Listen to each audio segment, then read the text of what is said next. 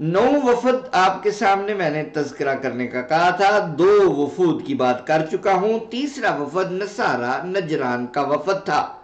نجران کے علاقے کی زیادہ تر آبادی عیسائی مذہب کی پیروکار تھی۔ ان میں سے 80 افراد حاضر ہوئے اور جانے دو عالم کے ساتھ مذہبی معاملات میں گفتگو کی۔ بات چیت کے دوران انہوں نے آپ سے شکوہ کیا کہ آپ بار بار حضرت عیسیٰ کو اللہ کا بندہ کہہ کر ان کی توہین کر رہے ہیں۔ اگر وہ اللہ کے بندے نہیں تھے تو کیا تھے؟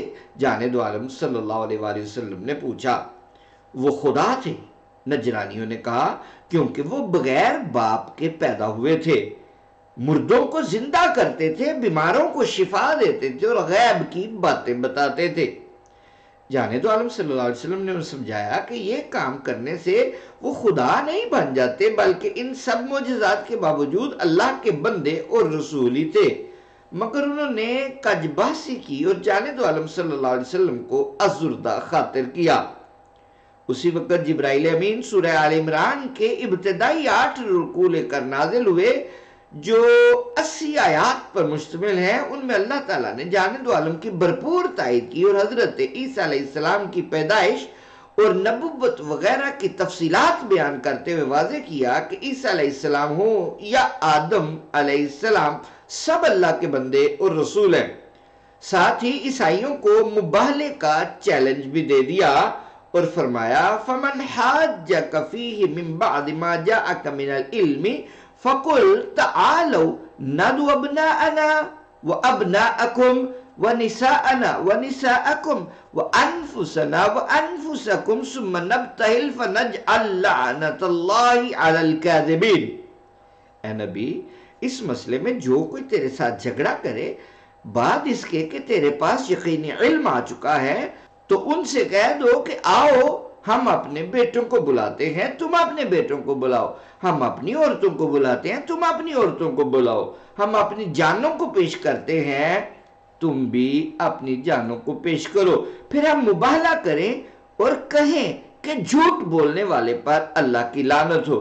چنانچہ جانے دو عالم صلی اللہ علیہ وآلہ وسلم حضرت علی، حضرت فاطمہ، حضرت حسن، حضرت حسین رضی اللہ تعالی عنہم کو لے کر آئے اور فرمایا آؤ مباہلہ کرتے ہیں۔ جانے دو عالم صلی اللہ علیہ وسلم کے تیور دیکھ کر وہ لوگ ڈر گئے۔ ان کے مذہبی رہنما نے کہا کہ میں ایسے مقدس چہرے دیکھ رہا ہوں کہ اگر یہ اللہ تعالیٰ سے سوال کرے کہ فلاں پہاڑ اپنی جگہ سے ہٹ جائے تو یقیناً وہ اپنی جگہ چھوڑ دے گا، اس لیے مباہلے کا ارادہ ترک کر دو اور صلح مصالحت کی کوشش کرو، غرضے کہ وہ مباہلے کی جرات نہ کر سکے اور جزیہ دینے پر مصالحت کر لی۔ چوتھا وفد وہ ہے وفد کندہ۔ یمن کے معروف قبیلے کندہ کے 70-80 افراد مدینہ منورہ آئے۔ ان کی خوبصورت لمبی لمبی زلفیں کندھوں تک پہنچی ہوئی تھی، آنکھوں میں سرما لگا ہوا تھا اور انتہائی قیمتی دھاری دار ریشمی عبائیں پہن رکھی تھی، غرضے کے بہت بن ٹھن کر اور سج سمجھ کر آئے تھے۔ جانے دو عالم صلی اللہ علیہ وسلم اس وقت مسجد میں تشریف فرما تھے، اس لیے وہیں حاضری دی اور کہا ابیت اللعنہ۔ یہ ایک دعائیہ جملہ ہے جس کا مفہوم یہ ہے کہ آپ لعنت و ملامت کا باعث بننے والی چیزوں سے ہمیشہ انکاری رہیں اور ان کو کبھی قبول نہ کریں۔ چونکہ یہ جملہ شاہی دربار میں حاضری کے وقت بادشاہ سے مخاطب ہو کر بولا جاتا تھا، اس لیے جانے دو عالم صلی اللہ علیہ وسلم نے فرمایا میں بادشاہ نہیں، میں محمد ابن عبداللہ ہوں، مگر ہم آپ کا نام لے کر تو آپ کو مخاطب نہیں کر سکتے، یعنی یہ خلاف ادب ہے، تو پھر میری کنیت ابو القاسم ہے، یعنی نام نہیں لیتے ہو تو کنیت سے مخاطب کر لو۔ اے ابو القاسم، انہوں نے عرض کی ہم آپ سے پوچھنے کے لیے ایک چیز چھپا کر لائے ہیں۔ اس دور میں کاہنوں اور نجومیوں وغیرہ کا کمال جانچنے کے لیے یہی طریقہ مروج تھا کہ لوگ کسی چیز میں کچھ چھپا کر لے جاتے تھے اور پوچھتے تھے کہ بتائیے اس میں کیا ہے۔ اگر وہ شخص صحیح طور پر بتانے میں کامیاب ہو جاتا تو اس کو بڑا صاحب کمال